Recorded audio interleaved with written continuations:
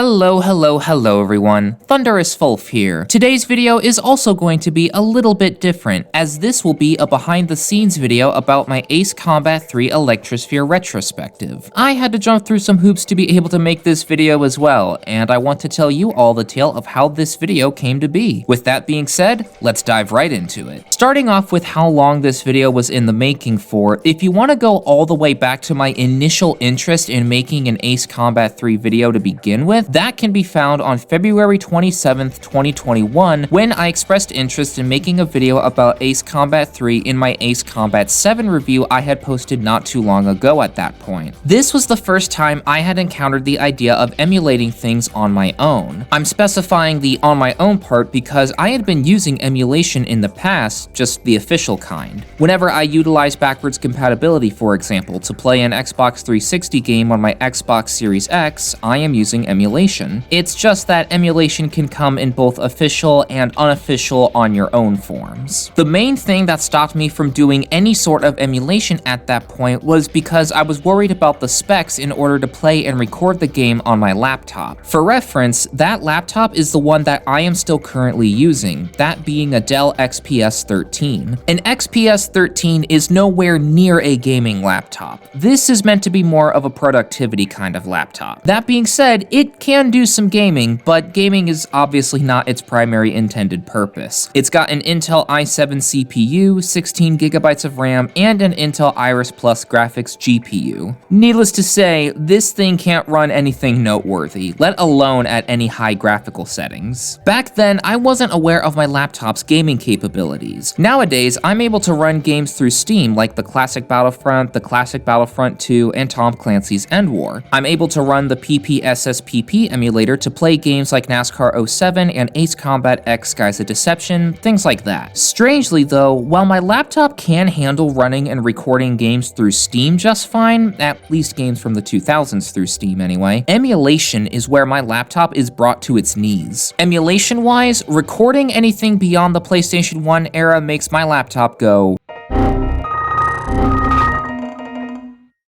Here is where I made my mistake though. Despite thinking that my laptop wasn't capable of emulating Ace Combat 3, I said that I would like to begin on that project soon. Rather than saying, I'm interested, but I don't know when I'll get around to it, I said, I'll get to it soon. And apparently my definition of soon is a year and a half later if you want to start from my initial interest in making an Ace Combat 3 video. Fast forward up until earlier this year, and I decided to finally just go for it. At that point, I decided to do more in-depth research, and I realized, wait a minute, my laptop can emulate Ace Combat 3 just fine. Upon realizing that, I went ahead and began getting ready. I grabbed physical copies of both the international and Japanese versions of Ace Combat 3, I got myself an external disc tray since XPS 13s don't have disc trays built in, and while I was waiting for those things to arrive, I began looking into how to acquire both versions of the game from the discs. Before I go into how I got both versions of Ace Combat 3 to run though, I want to emphasize again, just like how I emphasized this in the credits of the retrospective, that I have learned my lesson when it comes to showing interest in potential video ideas. I will only show interest or consider video ideas if I know I either already have everything I need, or if I know I can grab everything I need in a reasonable time frame, and if I have an interest in doing that kind of video. Back to the topic of how I got the game to run, once I was back home for the summer and I had everything I needed, I got to work. Now, in case anyone watching is unaware why I needed physical copies of the game and a disc tray, this is because I needed to extract/rip the files of the game from the disc onto my laptop so I can tell the emulator what to run. Without that ISO file or Q file or whatever file an emulator needs, there's no way for the emulator to run the game.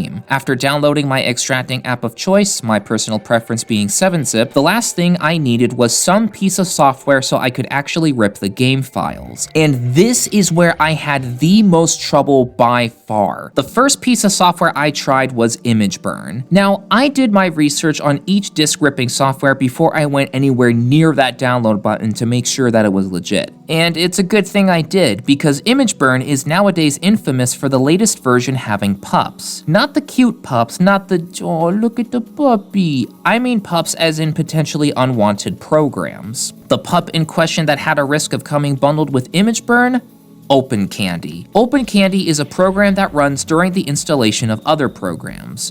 What does OpenCandy do when it's running? Well, according to the Wikipedia article about it, OpenCandy's various undesirable side effects include changing the user's homepage, desktop background, or search provider, and inserting unwanted toolbars, plugins, and extension add-ons in the browser. It also collects and transmits various information about the user and their web usage without notification or consent.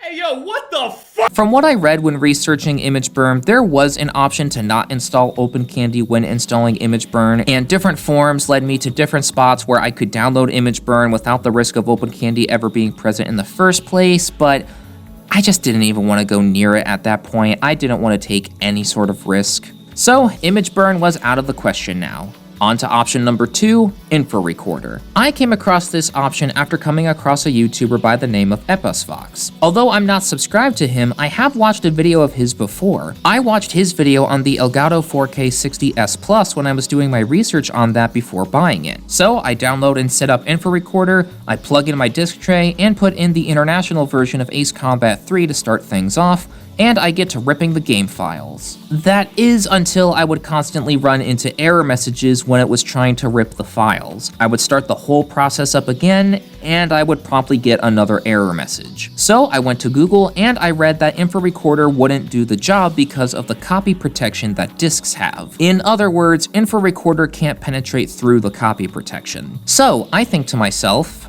okay, on to option number 3. Third time's the charm, hopefully. My third option was alcohol 120%. To keep it a long story short, when doing my research to make sure it was safe to download, I ran into a situation where I came across 2 different web pages that claimed to have the free version of alcohol 120%, and I wasn't about to flip a coin that had the software on one side or malware on the other. On top of that, I would have only gotten the free version for a set amount of time before I would need to begin paying for the full version, or perhaps this is a get the free version and a trial period of the paid version kind of thing, and I just misread this. Either way, I wasn't about to go near that either. God f***ing...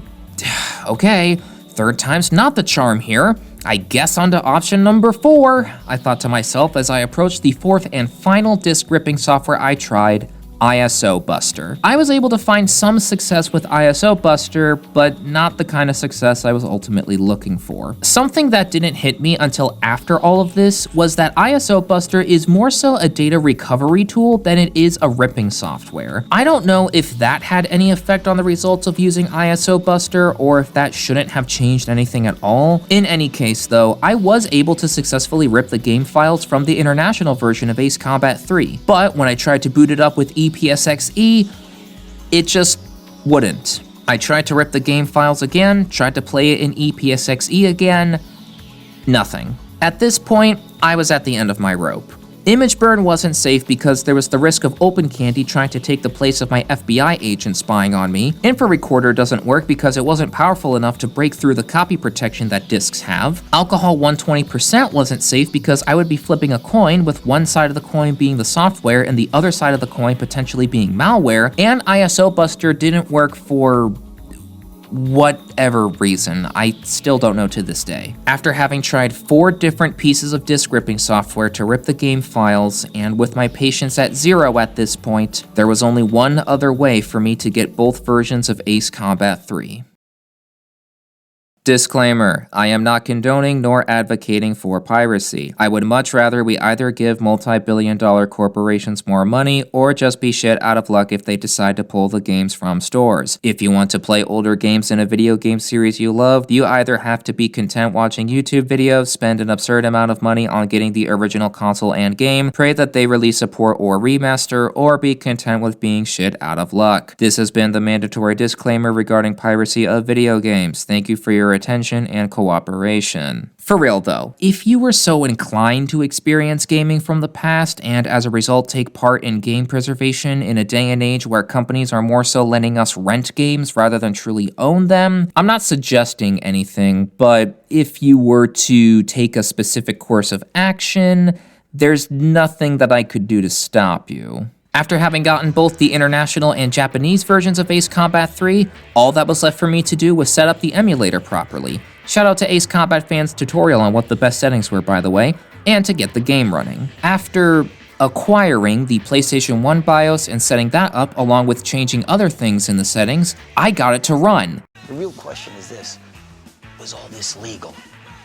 Absolutely. I had just successfully emulated a game on my own for the first time.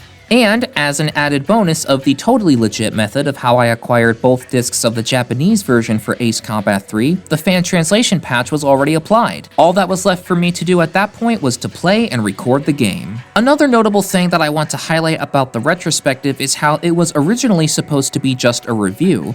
Going into this project, I figured it would just be a normal review that I would make and nothing more. As I said in the finished video, my inspiration to change the video from a review to a retrospective was when I came across Snickety Slice's video about the game. After I had played through all the paths of the game myself, I took to YouTube to do some more research about the game to see if there was anything else I could add onto the script that was currently being typed up. This was when I watched Snickety Slice's video, and after watching him go in depth about the game, particularly with the story, this was when my mind changed. Compared to the previous two Ace Combat games up to that point, Ace Combat 3 was such a huge leap forward in the series that doing a simple plain review on it would be boring in comparison. To go along with that, I was able to find an absolute goldmine of information regarding the game's development thanks to the post-release dev blog that I had found. This was amazing to see what the developers thought about the game and how they went about making it. Although I couldn't cover every single detail, as even retrospectives need to be within the realm of watchable time frames, even just covering the things I found to be really cool, such as the free-moving camera, different paths the player could take, faction-exclusive aircraft, and more, was all super cool. I had known that I wanted to do a retrospective instead after watching Snickety Slice's video, but seeing this developer blog further cemented the change in my mind that, alright, this is absolutely what I want to do instead. And the rest is history. Or I guess the rest is in the video, I should say, since it hasn't been that long since I published it. Unlike everything great about Ace Combat 7, there isn't much in the way of errors that I need to correct here. I managed to credit the correct composer of the music this time around, thank goodness. The only thing that I need to correct is this statement. At first, this may be chalked up to the main character being a silent protagonist. After all, the protagonists in Air Combat, Ace Combat 2, and the international version of Ace Combat 3 are all silent. Wrong! Main Might 06 pointed out that Air Combat and Ace Combat 2's protagonists are the same, that being Scarface 1, Phoenix. And Phoenix in Ace Combat 2 is not entirely silent, as he does have dialogue during the landing minigames. Scarface 1, ball, guide me in, roger ball, Scarface 1. Huh, the more you know. Thanks to Main Might 06 for pointing out this error to me so that I could make the correction here in this video. Fun fact, my first introduction to Phoenix was about 2 months ago when I got myself a new Nintendo 3DS XL and Ace Combat Assault Horizon Legacy to go with it. I knew who Phoenix was, at least I thought so anyway, when I first played this game, and I even knew that Assault Horizon Legacy was a remake of Ace Combat 2, but I did not know that Phoenix was the protagonist of Air Combat, nor did I know about Phoenix having dialogue during the landing minigames in Ace Combat 2, hence why I worded my sentence to say incorrectly that the protagonists for the first two games are two different people and that they both are entirely silent. Having played Air Combat as of this video for my retrospective on it, I know that they are indeed one and the same. I am also still really proud of this video. This being my first true retrospective that I did, it felt so rewarding and amazing to finally see the finished product. To finally reach the end of this hour-and-a-half long video project with the editing being on the heavier side of things, that feeling of, I'm finished, it's all done, is such a rewarding feeling. Reaching the end of any video I'm editing is rewarding, but especially for a project like this. And I'm especially proud that this video popped off a bit. You know how I said in my Everything Great About Ace Combat 7 behind the scenes video that 700 plus views for a video of mine is party time? If 700 plus views on a video is party time, 5,000 plus views for a video for me is well, still a party, just on a much larger scale. Now, I don't want anyone getting the wrong picture for my channel here. I'm not becoming a numbers guy. It's awesome when a video does pop off like this, but if a video has a more modest performance, then that's fine with me too. I'm doing YouTube as a hobby, I'm posting what I want to post, and at the end of the day, if I'm posting what I genuinely want to post, I'll be that much happier. With all of that having been said, here we are at the end of the video. Thank you all for watching. I hope you enjoyed. If you did, go ahead and leave a like, drop a comment, and if video game reviews and essays are a type of content you enjoy here on YouTube, hit that subscribe button and be sure to hit that bell icon to receive all notifications for future uploads. Until next time, this is Thunderous Fulf, signing off.